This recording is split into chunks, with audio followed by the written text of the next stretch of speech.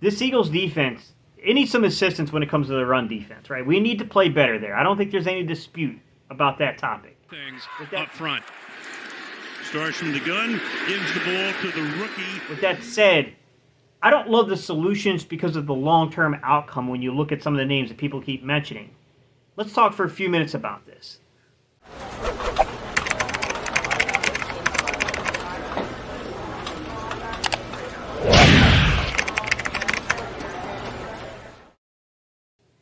What's up, Cerebral football fans? My name is Steven Hyder. This is Gate City Sports Channel. Hey, if you're new to the channel, maybe the first, second, third time you caught my content, and you enjoyed today's discussion. We're on a journey. We're on a path. We just crossed over 6,600 subscribers.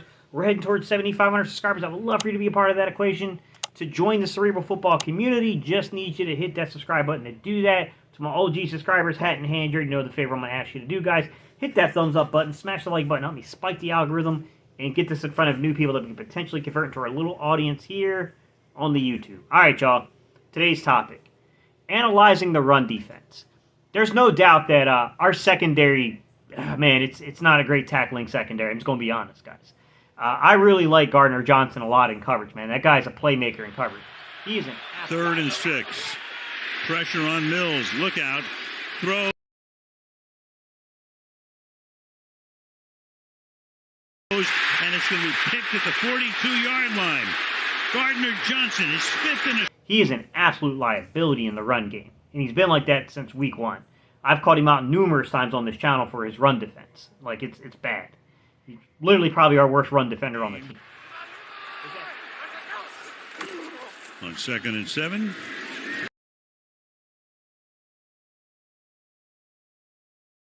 Pierce. Look at the way this guy runs. With that said, I know a lot of people are kind of looking into it and saying, yeah, but to be fair, our defense is really set up. It's predicated on the preface that the defensive line wins. That defensive line can hold the, it can hold the ground. It can hold the hill, right? Let our linebackers, let these box guys scrape in and out. Scrape over the top of the defense and make plays. And tonight it's 7-0. And that's true. First down. Pierce again. Off he goes.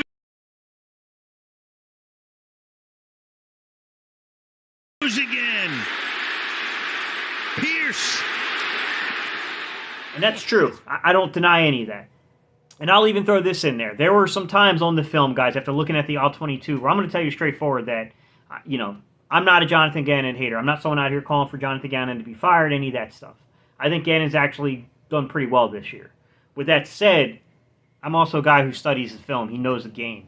I'm here to tell you, man, he got caught in some suspicious packages to where you could tell that they caught him, and they went hurry up on him, and they kept 12 on the field, 12 personnel on him.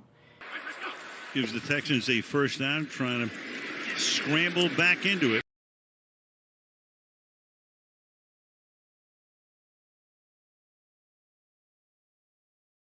And Pierce doing his best. And we got to be a little better as a defensive unit, from the coaching down to the players, at making sure we're in the right package against, the opposition's package. When you start seeing multiple tight ends on the field, it's probably not a good time to be caught in a dime formation. It's not a good time to be caught in a nickel to where you only got, a safety essentially, or you got a, kind of a nickel cornerback almost playing the role of a second linebacker. That's not the most opportune time to be in like a big nickel or dime type formation, because teams are figuring that out and they're getting down and dirty with us and running at us. With that said, there's a lot of solutions on the free agent wire. I'll be honest with you, if you're just looking for veteran guys that can come in and play the run, I mean, just true, lunch pail dudes that can get down on the line of scrimmage and fight and win against the run game, you got options. I'm not going to lie to you. There are some dang good options in free agency. And it ain't just in Ndamukong Suh. That's the one I keep hearing. And yeah, Suh's a good player, guys. But at the same time, man, I don't think, depending on what the price would be there, I think you can get better run defenders, honestly, than Suh, if I'm being honest. And there's some names out there floating around now. Brandon Williams, former, Baltimore Raven, big nose tackle, older guy. He's in his 30s as well. He's a guy that once upon a time was a very, very good player, but now is probably would be relegated to nothing more than a 15 to 25 snaps a game kind of run defending type of player. I mean, he's a good player. He's a big guy. He's one of these 6'3", 6'4", 330 pounders, right? Linville Joseph, former Los Angeles Charger, former Minnesota Viking, true nose tackle, another one of these 6'4", 325, 330-pound, run stuffers. He's out there. There's even guys like Vernon Butler, who's a little younger. And if we were going to go the free agent route, because I'm looking towards the future, I would want a guy that could potentially be here more than 1 year. And Linville Joseph is a former first-round pick. He's only like 27 years old. He's not going to be what we once thought he would be in the league, the way that scouts have deemed him at one point. That's not what he is. But he is a dude that can definitely be a true nose tackle for you and can play some football. Especially if you want to get creative with your alignments and like what you want to do in the following season, with guys like Jordan Davis, right? He could be a complementary piece that gives you an ability to play Jordan Davis not only as a nose tackle, but as a 3-tack, a 5-tack, however, 4-eye, however you want to play Jordan Davis to take advantage of matchups. I mean, he gives you a guy that also you got to double to him. He's a big dude. He's a space eater. So, I mean, there's definitely some options out there. I mean, those are 3 guys right there. They're not Ndamukong Suh. I think all 3 of them could come in here and give you run defense. And by the way, those are not the only guys. Like, if you're looking for a run defender, if you just want to upgrade your run game, you got dudes that can come in here and give you some run defense. There's no doubt about it. They're going to fall flat on the pass rush, right? They're just not complete defensive tackles. Some of these guys are very advanced in age. Ndamukong Suh is probably the best all-around guy still out there on the market, to be honest. But there's some dudes out here that, especially for the run defense aspect of it, who could provide that spark. The reason I'm not overly encouraged with making that move is we need to get answers from the young dudes we have on this team. We already have a logjam. We already kept 5 defensive tackles coming out of camp. You got plenty of bodies to throw out this situation. It ain't necessary. It's just not a necessary move, in my opinion. You need to know what you got in Milton Williams. You need to know what you got in Marley Tuipulotu. Okay, you've got younger guys here that can fill the billing, right? You got guys you're calling up from the practice squad. We've seen Marvin Wilson get some run last week. You have bodies on this team. Ultimately, I'm more so in favor of, before we make a move for a veteran dude like this, I think these dudes need a little bit more run time. I think there needs to be a little bit more play time for these guys. I don't want to jump the gun on this situation by signing a veteran yet. Keyword is yet. These options aren't all going to run out before the end of the season. You got a few games where you could see how these guys react without Jordan Davis in the lineup and then make your decision with Jordan Davis returning, is it necessary? And if you deem it to be necessary after Jordan Davis, is that the result of you don't have faith in these young guys anymore? I think before you make a signing like an Ndamukong Suh, a Linville Joseph, right?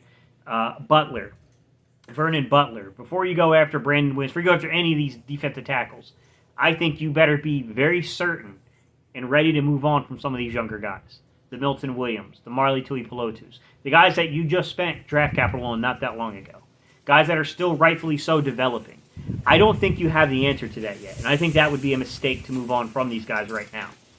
Now, ultimately, is Tuipulotu, is Marvin Wilson, is a guy like Milton Williams going to turn out to be the solution? Are these guys going to be good enough to keep defenses from working their way up to offensive lines from working their way up to the second level? To be known, right? I mean, I don't know. I got my doubts that it's the same effect here, to be quite honest. But I also think that they haven't really gotten into making sure you have the right base personnel out there, right? You're in the right package, because that's a big part of it. And then also making sure you have the right guys and the right fits for what they can do, right? Marlon Tuipulotu is a natural nose. Fletch can play nose if you need him to, and Hargrave can too. I think you need to put dudes in the best position for the football team. You know that on a pass rush down, you want Hargrave as a 3-tech. Hargrave, you want the opportunity to be lined up one-on-one with a guard with the opportunity to whip him in a pass rush situation. No doubt about it. But earlier on downs, he might still be one of your better plays as the run defender in there. And I know that he's not a great run defender per se. With that said, he still might be the guy with enough explosion. And I do think that some of the turf toe was some of the limitations he had in his run defense early on in the season. I think if you can get him going, maybe you got something still there to hold you through until you get Jordan Davis back, who is your true nose tackle in this system currently. I mean, that's my thoughts on it. I'm not going to make a prediction what the Eagles will do, guys. I mean, I'll just react to how they do it and explain, the way I think that they looked at the position and what they said from it. My initial gut instinct is they go out there and sign a veteran defensive tackle. That does not look good on the young dudes behind the roster, because we already kept a lot of defensive tackles. We kept 5 on the active roster. We have Marvin Wilson on the practice squad. Like, we went heavy at that position, guys. Like, this is supposed to prevent the necessity of such a thing like this from happening. So if it does happen and you do sign a veteran presence, although I do think any of those veteran presidents are probably better in this exact moment than some of these younger guys, I don't think it speaks well on the young guys. I think that might mean that maybe the front office or perhaps the coaching staff does not have the greatest confidence in some of these younger role players behind the dudes, the starters.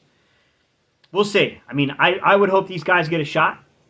I do think that we are getting better at playing our young guys, but I do think there are also times that sometimes it's due to the fact that our starters are just healthy and they're staying on the field. But I do think there are moments where we don't have a lot of answers to these young guys in game situations because they haven't been presented a ton of playing opportunities. So this is one of those areas where I think you have an opportunity to diagnose this team, to diagnose the youthful talent behind it, because we have large looming decisions at defensive tackle past this season. You're probably not signing back Fletcher Cox and Javon Hargrave. You're probably not going to get both of those guys back here. You might be able to retain one of those two. You're going to need some answers here. You need to know if you need to be in that draft pretty early on in the draft looking for interior defensive line help still. You need to know if you need to be looking towards free agency to fill that void. You need those answers, right? Or do you have the answers in-house with some of the young guys you've already drafted? Time will tell. Time will tell, y'all. All right, y'all. Leave your comments down below. Let me know what you think. I appreciate y'all's time and attention. And I'll see you guys on the next video.